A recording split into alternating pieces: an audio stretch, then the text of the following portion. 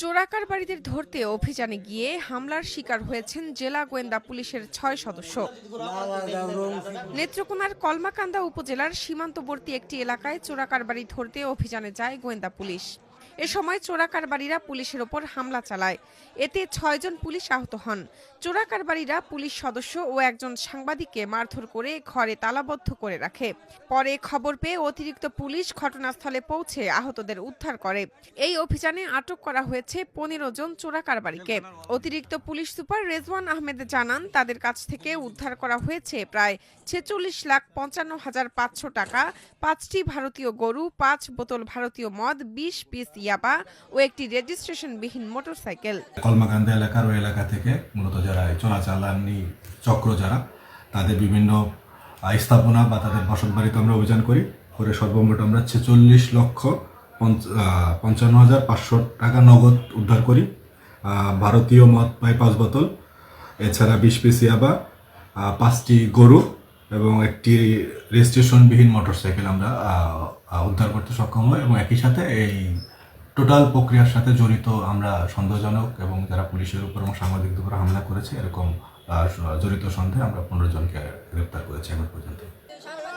২৪ ফেব্রুয়ারি মঙ্গলবার সন্ধ্যায় নেত্রকোনার কলমাকান্দা উপজেলার রংছাতি ইউনিয়নের ১৩তোপা গ্রামে এ ঘটনা ঘটে। হামলায় আহতরা হলেন ডিবি পুলিশের উপপরিদর্শক আব্দুল জলিল, শওকত আলী, সহকারী উপপরিদর্শক আবুল কালাম, কনস্টেবল শামীম মিয়া, হিমেল আহমেদ, খায়রুল ইসলাম ও ফটো সাংবাদিক শ্যামল সরকার। পুলিশ ও স্থানীয় সূত্রে জানা গেছে, কলমাকান্দা উপজেলার সীমান্ত দিয়ে ভারতীয় কম্বল, শাড়ি, 3 পিস, গরু, চিনি, জিরা, প্রসাধনী সহ নানা পণ্য চোরাচালানের মাধ্যমে দেশে নিয়ে আসে সংঘবদ্ধ একটি চক্র।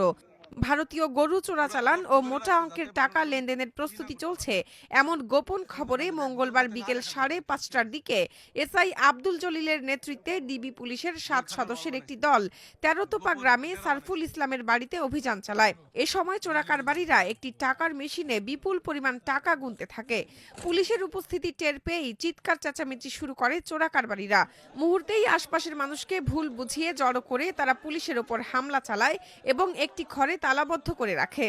খবর পেয়ে কলমাকান্দা থানার পুলিশ ও বিশরপাশা ফাঁড়ি পুলিশ গিয়ে তাদের উদ্ধার করে। নেত্রকোনা জেলা পুলিশের পক্ষ থেকে জানানো হয়, অভিযান চালানোর সময় সংঘবদ্ধ চোরাকারবারিরা পুলিশের উপর হামলা চালিয়ে মারধর করে তাদের ঘরে আটকে তালাবদ্ধ করে রাখে। এ সময় তাদের আগুনে পুড়িয়ে ফেলার হুমকি দেয়া হয়। পরে থানা ও ফাঁড়ি থেকে অতিরিক্ত পুলিশ গিয়ে তাদের উদ্ধার করে। এ ঘটনায় ২৫ ফেব্রুয়ারি বিকেলে কলমাকান্দা থানায় বিশেষ ক্ষমতা আইন, পুলিশের উপর হামলা ও মাদকদ্রব্য নিয়ন্ত্রণ আইনে পৃথক ৩টি মামলা করা হয়।